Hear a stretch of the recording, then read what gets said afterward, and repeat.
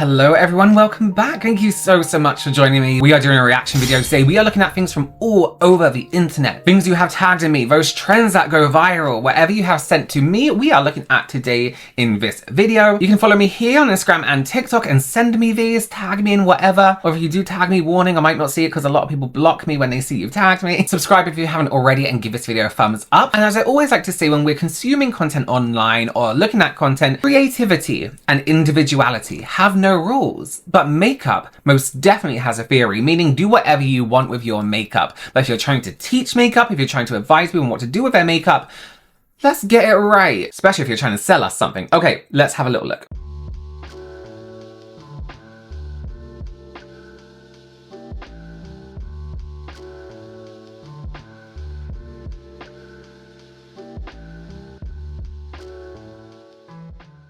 Yeah, I mean, this is a real life thing. Obviously, we know color correction by now, right? You don't just go right on top with your concealer to even out your under eyes. One thing I would say, and this isn't really aimed at this creator, but in general, right? When people do this demonstration of drawing or painting color on their eye, and loads of people do it, they kind of paint on the dark circle.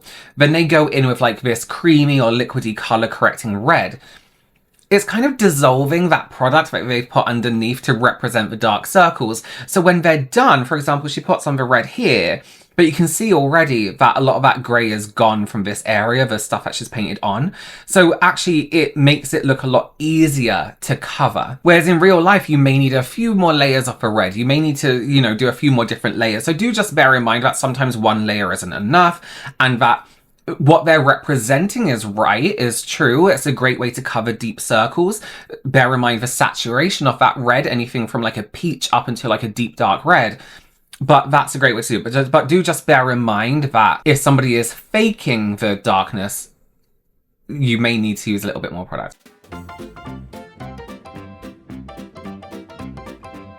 Oh. We always see hacks, right? When people are removing their lashes. Oh, by the way, I'm not wearing false lashes today because I just had my lash lift done and I don't want to fuck them up with glue. You, especially, I'm assuming she's some kind of tech because she's wearing the uniform and, you know, some kind of like lash tech or aesthetic practitioner. You do know your lashes are there for a reason, right? They're there for like, they're not just a vanity thing. It's not just like, oh, eyelashes are so pretty. They are there to protect your eyes, even those ones on the inside corner. So when you're cutting off your lashes or waxing them off or doing whatever, please, please, please remember, your lashes are there for a reason, for a safety reason, to keep your eyes safe. Oh, okay, I've seen this and I actually commented on this. Let's have a look. So it says on screen, trying a new skincare product without reading anything first. What the fuck? It's supposed to give us a glowy look. Very white. I probably didn't need as much as I put on. It's really white. Yeah. Okay, I clearly didn't need as much as I put, but like, why is it so white? That's crazy. This is not a sunscreen. Well, why is it so white? Am I doing this wrong? Am I? No. Doing something wrong? What the fuck? Okay, sorry, I have a brush hair up my nose. She definitely took one for the team there. So as people are discovering more skincare, more makeup from Asia, there might be some confusion along the way. This is what's called a tone-up cream, right? Tone up, T-O-N-E-U-P. Not be struggling to spell tone up. This is going to make your skin lighter. It's like not permanently, just in that 1 minute. It's almost like a white base. It comes in different ways. It can come like that one. That one looks quite chalky and quite white, almost pasty when it dries down, or it can come in a really smooth, like very subtle glowy white. These are obviously used in some parts to brighten the skin tone, but they are actually great bases for makeup. So if she was to go in with her foundation on top of that, with a little less product, it really can help prime and smooth out the skin. I use some tone-up creams under my foundation, especially on my cheeks where they're quite red, just to add that white base. So when my foundation goes on, it is like full on, that's the color. Now, obviously, depending on your skin tone, these are not going to be a good idea for you. And you have to cover them. So if you are not looking to make your skin almost white or using something or wanting something as a base, look for the words tone up. It can be an SPF, it could be a moisturizer, it can be anything else. Tone up primer. It will lighten the skin just for that day. It's almost like a makeup skincare hybrid. Okay, that's the best way I can describe it.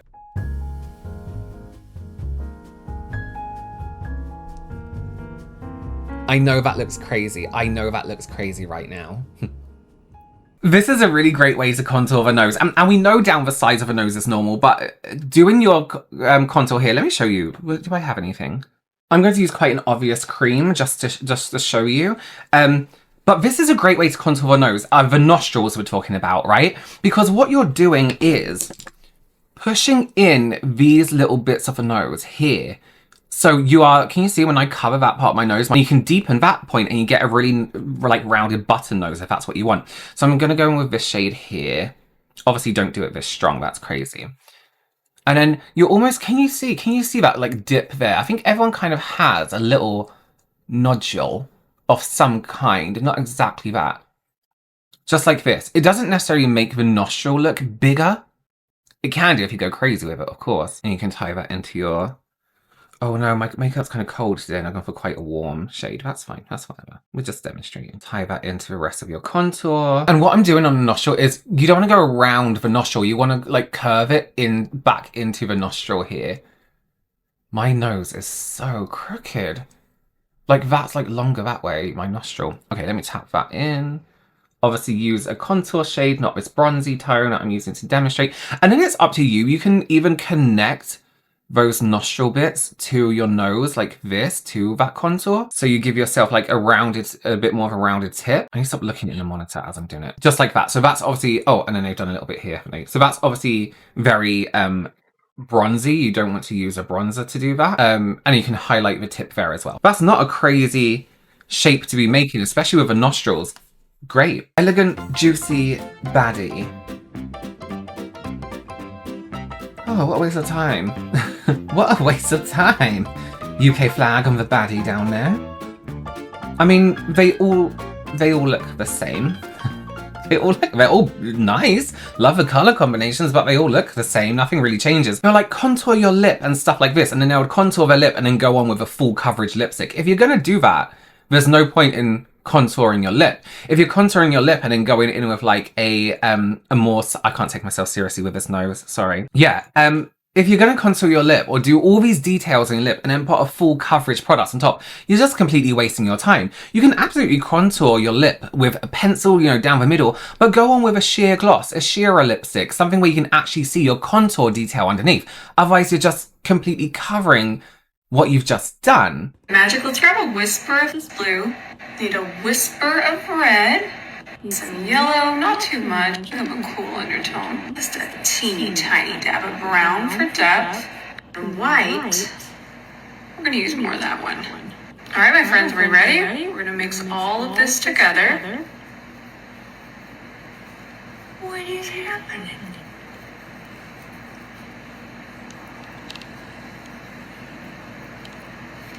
I love makeup.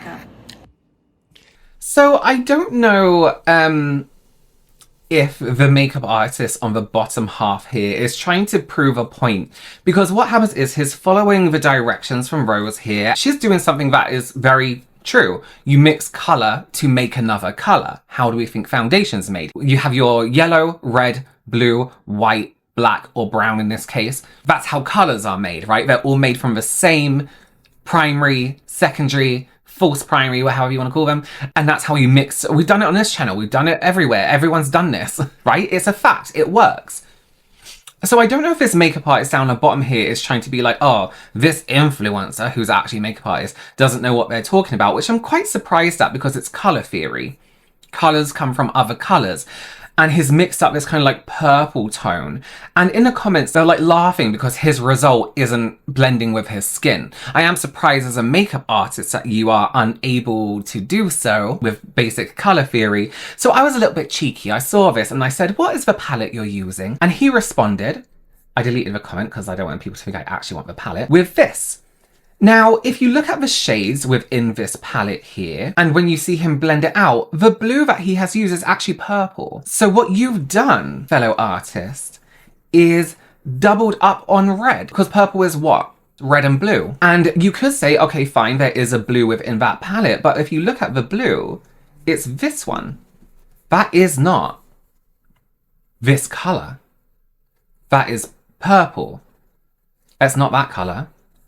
It's that one, just in a little bit of a darker condition. This isn't blue. Can you see what I'm saying? So what this artist has done is, first of all, doubled up on white, but doubled up on red. So we have red here, we have red in our purple. This is actually also quite a warm brown. You can see this is more colder. So of course you're getting a bruised tone purple where you have mixed lots of red together. So I am a little bit surprised that a makeup artist would even look at this experiment in the first place and think that it's something to be proved wrong or incorrect. I don't know if that's what he was trying to do, but it does seem that way from the comments. Yes. Apply your blush underneath your eyes if you struggle with darkness or discoloration there. This is basically going to take the place of a corrector without you having to buy another product, because most people own some sort of pinky blush. It's gonna look a little crazy when you first blend it out, but stay with me. The pink is gonna help to correct the darkness. Then apply your normal concealer right on top, which will give you coverage and not make your under eyes actually appear pink, but will give you the most flawless and bright looking under eyes. No one will ever know you have dark circles or you didn't get a full night's sleep. Try this and let me know how it works for you. Bye. This isn't mad at all. I do wonder sometimes, right? Like I see people doing this blush hack under their eyes, and there was a video that went viral, somebody doing it under their eye recently, and people were like, does this work? And I was like, well, you kind of need to think about, again, color theory and color correction. Of course it works. Pink contains red, right? We use red under the eye to color correct. Now, will this work on everybody? No, because of depth of skin tone and depth of discoloration. So if you have just a light discoloration under the eyes, or even if you just want your under eyes to look brighter, this is going to work. If you have a very deep discoloration under the under eyes, of course, this isn't going to work. It will look like you're putting white on top and then we're making gray. So yeah, not wrong at all. Again, do just be wary of the formula of a blush as well, because, you know, you can absolutely use different types of makeup in different areas on the face where they're not meant to sit, but do just be careful. And of course, not that I think it matters too much, but be careful of any red pigmentation around the eyes. But yeah, she's not wrong. I think it's a great tip, and you get some beautiful blush formulas that would actually really make a really nice concealer formula. This is the exact moment I realized I fucked up. On my brand trip with Ulta Beauty, they had all the members of the collective do a photo shoot that we got to style ourselves, and I was really excited about this because one of my goals for this year is to try and revive my modeling career. I had a very particular vision for myself, okay? That was the outfit I picked out. I went downstairs to shoot, and there was this little area where there were hair and makeup artists touching people up before they went on set. Like, Made by Mitchell was there. It was so cool. I was so lucky to have this opportunity. However, one thing about me is I am a control freak. If you saw my Get Ready With Me, you know I looked kind of exactly how I wanted to look in the photos. But I was a people pleaser, and I sat down in the makeup chair, even though I should have just communicated that I only wanted to get my hair done. But I showed the makeup artist my inspo pic, and I was like, her adding a little more makeup couldn't hurt, right? Boy, was I wrong. And before you call me a mean girl or a bitch, I genuinely would omit the fact that I was freaking out about the makeup if I could, but it is so obvious. Like, it's written all over my face, and I had to include this footage because it's so funny to me. Like, why am I emoting as if I am a bad Disney Channel actor? Like, I had no idea how bad my poker face was until watching this footage back. But I swear to God, this is not meant to be shade to this sweet girl. I can literally see exactly what she's saying. She wants this bit that dips down here cut off, and I completely agree.